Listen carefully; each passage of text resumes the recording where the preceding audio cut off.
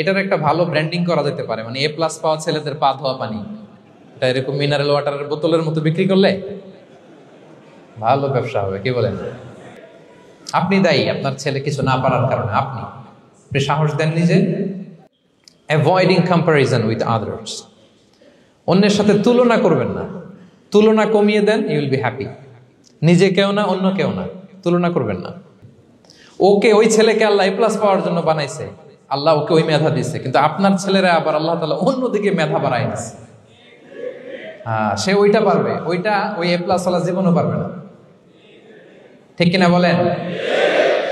আপনার ছেলে যেটা পারবে 10টা এ প্লাস হোল্ডার ওইটা পারবে না, কারণ প্রত্যেককে আল্লাহ আলাদা আলাদা ফিচার দিয়ে, কোয়ালিটি দিয়ে, ইউনিকনেস দিয়ে পয়দা করেছে।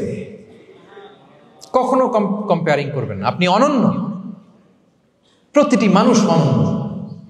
Everyone in this world is unique.